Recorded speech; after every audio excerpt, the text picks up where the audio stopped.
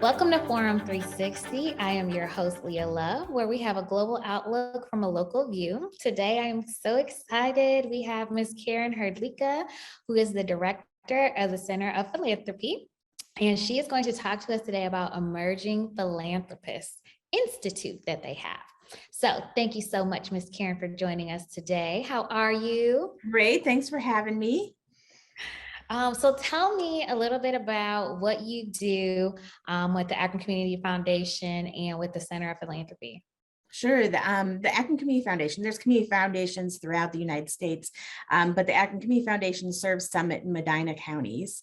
And what we do is we have grant making that we do for the community from a large endowment that we have, but my job is to work with people that have donor advised funds. So there's people that have philanthropic mindset. They want to give back to the community, but sometimes they're giving as they're going. And so they create a donor advised fund so they can continue to give when they're retired. Some people just like to build up some money and give more significant gifts. But the benefit to anyone that's a donor advised fund holder in our community is they get access to the Center for Family Philanthropy. And I am trained under 2164, which is an organization that was started to train people on philanthropic advising with the idea that people come to age of being philanthropic at the age of 21, and that people really start thinking about their legacy at the age of 64. So that's what I do. So let's back up just a little bit. Sure. Define what philanthropy is for everyone who is watching and they're not sure what that exactly means. If I asked you before you took the class, what would you have said?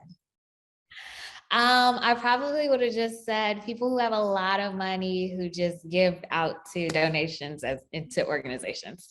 Yeah, and I think you'd be in the majority when you think about that. But we look at it a little differently. If you really look at the name philanthropy, it's really the love of your brother. And we talk about a community foundation is really invested in improving the community in which they stand in. And so we talk about philanthropy in 4 different areas. Time, volunteer work. According to a national survey, every hour of volunteer time equates to about $26.54. So, you know, there's really benefit in people volunteering for organizations. Treasure, which is the money part that we talked about. Talent, and that is someone has either board service would probably be the most common one, but sometimes people, young people, you know, have great talent in technology, and there's older adults who don't know technology. So we have young people that are using their talent to help older adults learn technology. So it's a special skill that someone has that you're giving back. It's a little different twist on volunteering because you're volunteering a certain skill set. And then ties is the one that everyone has. Everyone can be philanthropic with their ties, but we don't really think about it sometimes, but it's the people you know. So if a friend of yours tells you about a nonprofit and how passionate they are about it, and asks you to do something for them and you don't have time or it's not your thing, the idea that you can pass it on to someone else. So it's that word of mouth kind of getting people excited in the community around issues. I love it. And I think that's I love the brotherly love, right? The love of your brother. And I think sometimes that you do assume that you only can give in money. But I love the value of what an hour of just volunteering really equates to and how impactful and important that is to some organizations who really just need hands. You know, like they have the money and the budget, but they don't necessarily have the resources and the hands to continue to action out what they're trying to do. So I love that explanation of it. So let's go back to the Akron Community Foundation. And so I know that nationally we can be like other organizations, but how are we a little bit different or unique in our area? And what's our focus and, knowledge in that area? Sure. Summit and Medina counties, both are totally different. So we have different nonprofits that serve in that area because we have different needs in those areas. And the Akron Community Foundation is invested in those areas. And most of the people that are donor advised fund holders are people that have lived in that area. And then they really appreciate our expertise. We have a whole set of staff members that are just working with the nonprofits, getting to know what they're doing, helping them, whether they have an endowment or not. We do free education for nonprofits. And then the idea of the emerging philanthropists that you were talking about, that we have a class that's for emerging philanthropists, but we're really promoting that at all levels. So things I do, I go and speak to Rotary clubs, which are service organizations, and talk about those 4 T's and ways they can give back. I talk to mothers groups. We have a tool called Growing Goodness that's how to raise generous children. So really, that's where the Akron Community Foundation, we're really invested in the community and educating the community how they can be a part and better our community. Okay, now you did mention the Institute. So tell me a little bit about how you guys even got connected, what's all included in it, who is it connected to? Sure. So the Emerging Philanthropists is actually a model that came out of the Houston Community Foundation. They were the first to kind of do this. And so we really liked it. There are not all community foundations have a Center for Family Philanthropy. So we're kind of on the forefront of it here in our region. But that's the model we looked with the Emerging Philanthropists, because we knew that in the next 20 to 30 years, we're going to have the largest transfer of wealth that we ever have had. And we feel like that there are people, young people, that will inherit quite a bit, and they're going to be overwhelmed. Or they're just people that have a philanthropic heart and want to give back. And why can't we empower them? Now, originally, we had kind of talked about the fact that we were going to put an age limit on it. I've spent most of my career in aging services. And so I'm always fighting against ageism. Really, we have opened it up now to anyone that has a heart, but the majority of our folks are in their 20s to 40s, but other people can join if they would choose to. But the idea is that they learn about what it means to be a philanthropist. They learn about organizations in our community. And then at the end of it, they go through a process of grant making, just like our community foundation. So we give about $20 million away each year to nonprofits, but our board of directors has to do that. And it's not an easy job. You know, there's often an argument in our office about which is harder to do, to raise the money or to give the money away. And I think everyone has agreed that giving it away in a purposeful way is really difficult. And the same thing goes with you personally. You know, we could give $20 here, $30 here, $40 here, but giving $100 to someplace and giving your time or talent or ties to that organization. We know that if someone gets connected to a nonprofit with at least 2 of their T's, they're more likely to be connected to that nonprofit for their lifetime.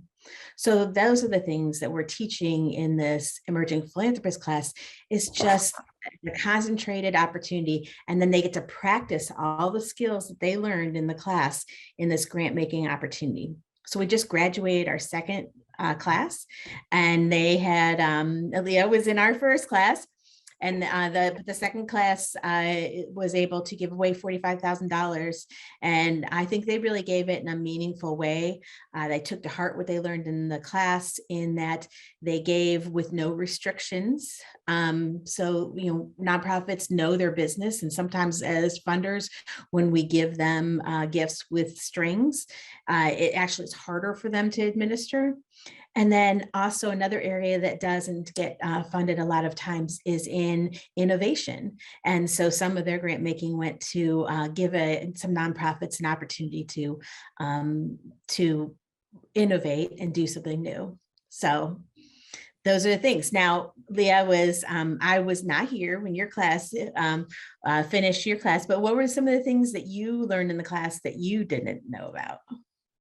So my biggest takeaway was with my business and really trying to serve the community in a more impactful way. I have a mission and a vision for my business. I never thought that I would need one for me personally. And so really like separating those two and figuring out what is it that I really wanted to do in the community, which it still always merges back together, no matter how I try to separate those two, but really focusing on women and business owners. And so, like you were saying, instead of me continuing to donate here, here, here, here, here, I can donate more time and energy and efforts into these two areas and really have an impact. And really see those fruits of my labor. So that for me was like my biggest takeaway, and really being strategic in how I do that. Yeah, I think the majority of people often give just because their friends are asking, and they really don't ever sit down and think about, hey, what about me? I encourage our fund holders and the people that are working with us to think about their fortes just like they think about their budget every year. So when you sit down and you do your budget for the year and think about what you want to do financially, also think about what you want to do philanthropically. And there's seasons in life. I have some fund holders who have small kids. They don't have much time to give volunteer time, maybe to their kids things because is that volunteering kind of, that was kind of a conversation, but what are other ways you can give back to them, to nonprofits? And maybe that's the year that you're going to say yes to a board, or because it's, commitment 4 times a year, but just thinking about where can I give back? Yeah. And that was the thing too. I was sitting on these different boards and I was like, okay, these aren't really part of my mission and my vision. So, I had to get off of some boards and get on the right ones that were going to continue to help me, move along that path. What are some of the topics that they go through in the Institute? Well, with anyone, we always talk about learning about yourself. So values is always where we're going to start, because everyone has their own values that are important to them. And I think people, unless you don't sit down and think about it, you don't think about how your values impact everyday decisions that you have. So we're always going to start with values and talk about starting to build your philanthropic plan by figuring out what makes you tick and what you're passionate about. Um, what are you interested in? And then we kind of also move into nonprofits. There are so many good nonprofits. There's 1.3 million nonprofits in the United States.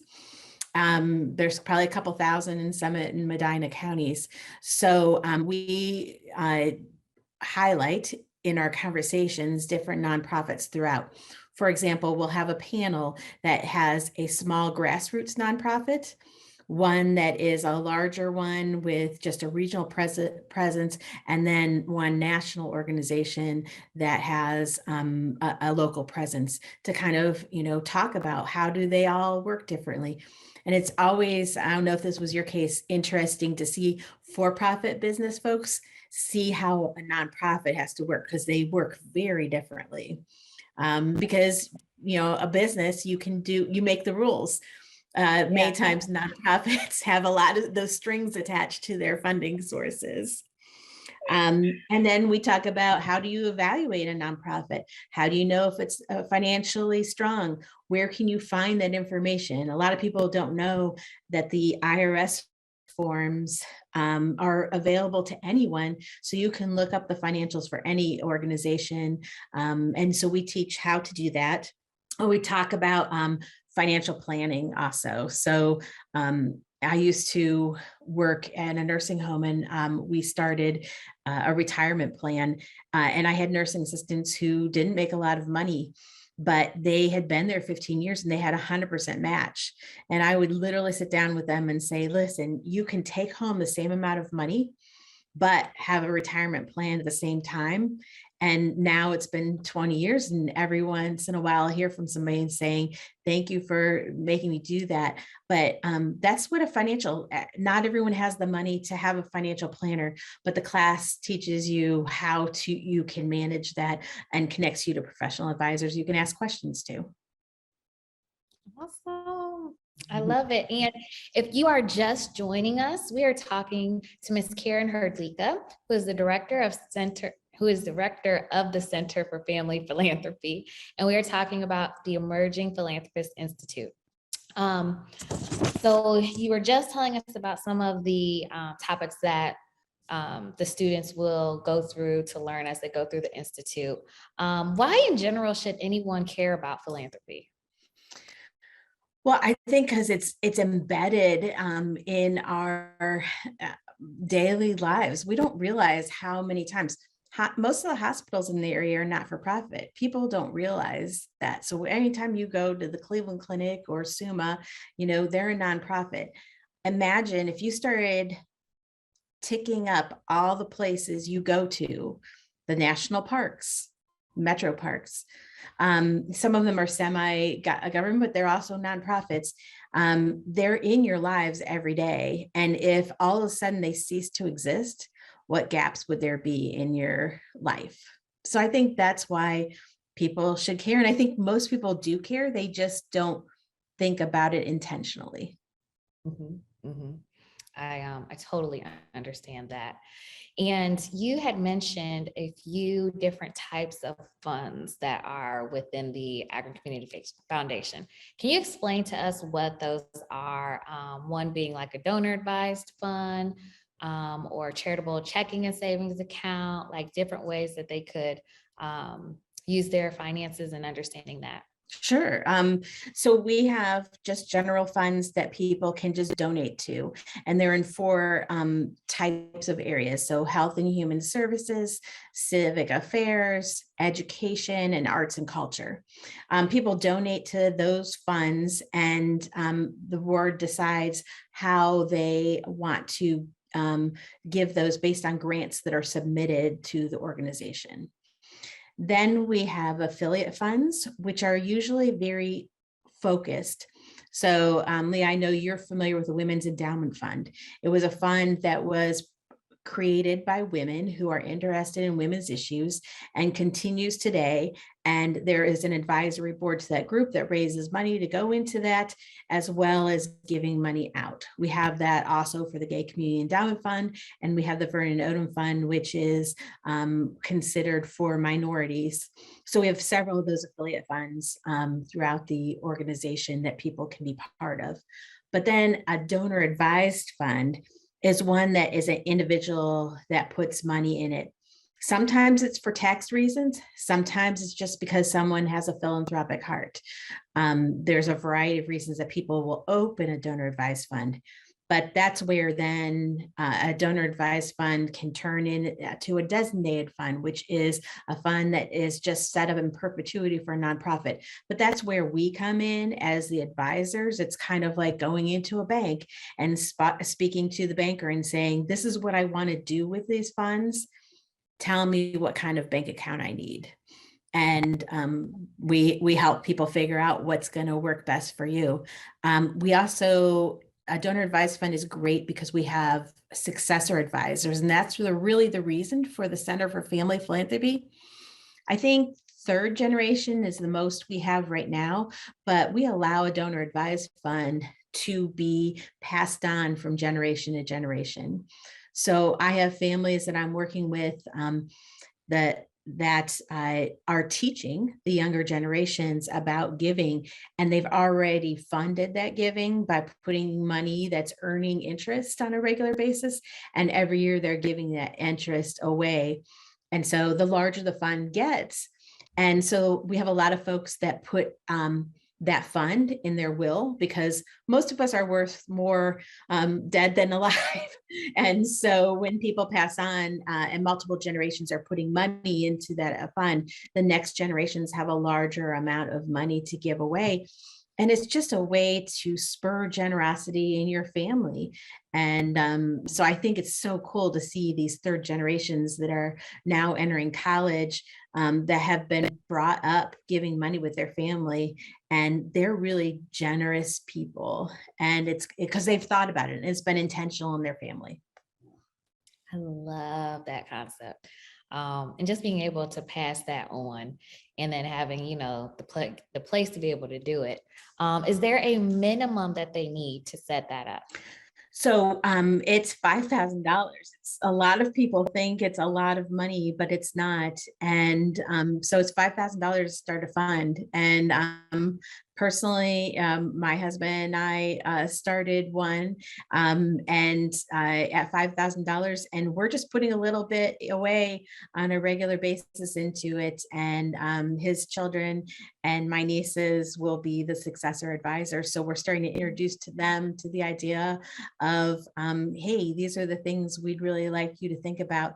Now, we'll let them give it to whoever they care about, going forward, but we're saying, here are our values, and we just want you to have those thoughts in mind when you do it, but make it your own. I love it. So you did mention your values. Are there some organizations that you just absolutely love that, you want to make sure that you support? Oh, that's like telling you to pick your favorite child. uh, so my husband and I, the ones we support on a regular basis, he retired from Children's Services in Cleveland. And so he saw Young Lives up in Cleveland really do a lot of good for his kids that were in the foster care system.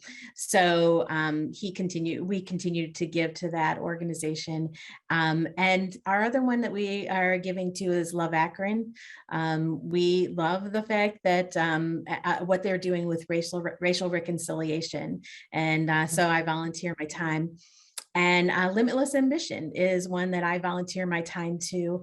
And the other one is Door Number 2, which is an art studio that helps. So my undergrad was in recreational therapy, so I get my art piece in there. Okay. Okay, let's learn a little bit about you. So, what do you love to do in Akron? What's your favorite thing? Oh, my favorite things. You're always like everywhere. I love watching you. Well, then you'll know on my Facebook feed, there's always food. So I am definitely a foodie. So if there's good food, so No High, I love them because they always have something different every week that you are in. Summit Art Space is another place, the art walk, and how they have that on a monthly basis. Medina, now we're in Medina too, for their first Friday in Medina, in the Wadsworth Main Street. Wadsworth has a first Friday every year. It's really always, it's a different theme every month. It's fun. So I would encourage people to go do that. And the parks. How can we, people just assume the parks are there, but what a gift we have. When you travel elsewhere in the world, we don't realize how lucky we are to have the parks that we have, especially with COVID. I mean, they broke records. It was the national park, Cuyahoga Valley National Park, had the most visitors, I think, in 2019 of all national parks, because people were coming to walk, be outside. All right. So, in your last minute, if you could leave our viewers with something about philanthropy and giving, what would you tell them? I would say, everyone's a philanthropist, and you have it in your heart. You just need to think about it. You don't have to have a lot of money. You don't have to have a lot of anything. You just have to have love for your brother and to think about how you can make your community a little bit better. So, and if you don't know where to start, call us. We get calls all the time. Hey, I really love dogs. Can you tell me some nonprofits in the area that love dogs? You don't have to have a fund here for us to answer those questions. We're always more than happy to tell people about the great nonprofits in our community. And is there a place, what is your website, phone number that they can contact you at? It's akroncf.org. And our phone numbers on that, I don't know it off the top of my head. That's okay. Well, we want to thank you so much for joining us and thanks for having me. Giving us a little bit more about how we can help support our community. Some of the things that I didn't even know about the different ways that we can continue to give and build that generational giving as we continue on in our communities. And everyone, again, thank you so much, Ms. Karen Hrdlicka, for joining us today and letting our viewers and audience know how they can get more involved. I am your host, Leah Love, and this is Forum 360, where we have a global outlook from a local view. Have a great week.